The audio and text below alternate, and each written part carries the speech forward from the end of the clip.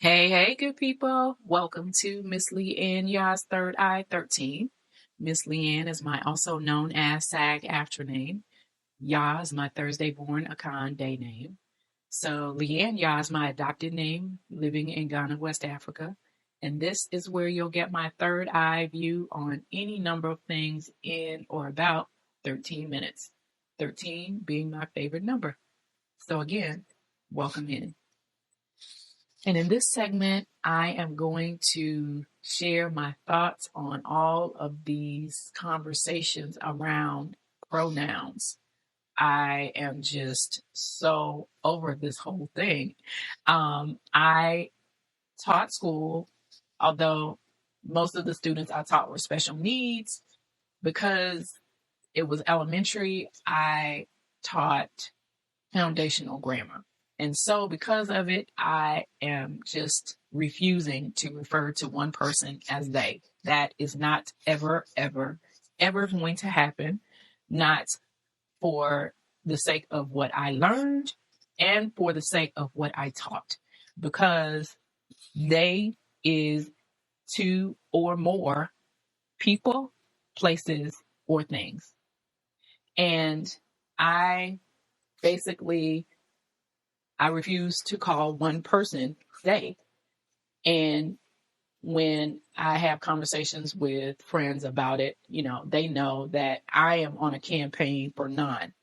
That's what I would have them to be called, because the equivalent pronoun for they is it. But I'm not a proponent of that, using the word it to describe a person, but I will not call one person they. And my argument for why I'm on a campaign for non is because if you are non-binary, non-gender specific, that means you're neither nor. Okay. So that's one thing or the other thing that you're not both and. Both and would qualify for two or more. So they is just it's not grammatically correct. It just does not make sense. Now, my view about people who find themselves in the situation of feeling like they're in the wrong gender, feeling like they're in the wrong body. Okay, that's that. That's not what this segment is about. You can feel like you got the wrong parts when you came, but I know, as someone who has always felt and even had it confirmed when I lived in Ghana, I've always felt very connected to my masculine energy, is what I'll say, because like I am my father's child, if not much else in this life.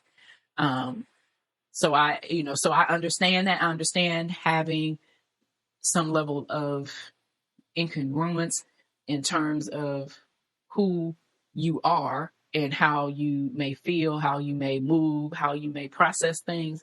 I have a compassion for that, because that has been a part of my experience. But now, to be very clear, I am a woman, and to add to the they being inappropriate, another thing that I will never, ever, ever say is that I am a cisgender woman. No, I'm not going to say that either, because if you can't tell by my hips, which you cannot buy, okay, let's be very clear. Hips are something you cannot buy. If you cannot tell by my hips that I'm a woman, then shame on you. But I'm not going to specify it. I'm not going to clarify it. I'm not going to say cis woman. No, not going to do it. So basically, those two things are, in my mind, separate but equal, in terms of you will not hear me say they.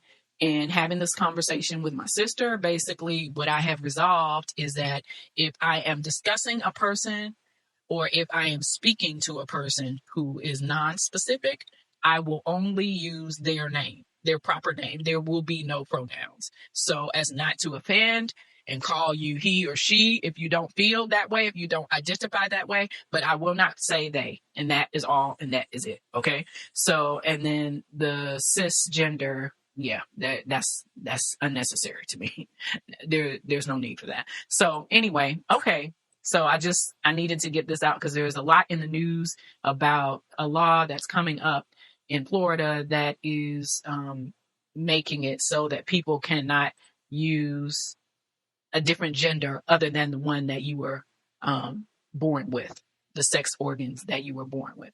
So I don't know that I necessarily agree with that, but that's not what this is all about. So, and then also my bestie, my mirror bestie, she just sent me a screenshot of, I presume, some sort of application, and she was like, what is third gender? So now it says male, female, and then it says non-specific / third gender.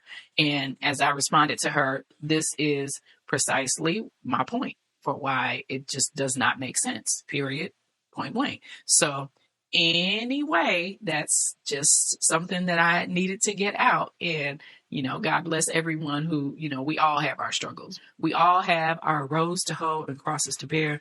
And I affirm favor on all of those people who are in that situation, because the one thing is that I would not have anyone to live a disingenuous life. I would not have anyone to have a life in hiding, because I just feel like that would have to be torturous. So anyway, with that, I am going to remind you that my biggest aspiration is to eventually host all of my beloved Thriving 13th babies. The eighth wonder of the world, Mr. Stevie Wonder, May 13th. Auntie Whoopi Goldberg, November 13th. And Miss Iyanla Vanzant, Mr. Tavis Smiley, and Mr. Tyler Perry, the 13th of September trifecta.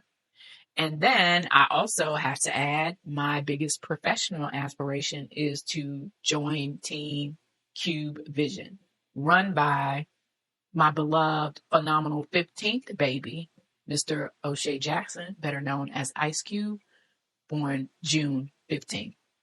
So I thank you now for touching and agreeing with me on all of this, please.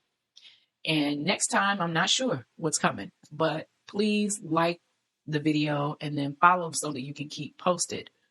And with that, I sincerely appreciate that you took the time to hear me out. And I affirm that, be it by divine appointment, you'll hear me the next time as well. And I release it now to the source to be done. And so it is. Amen and Ashe.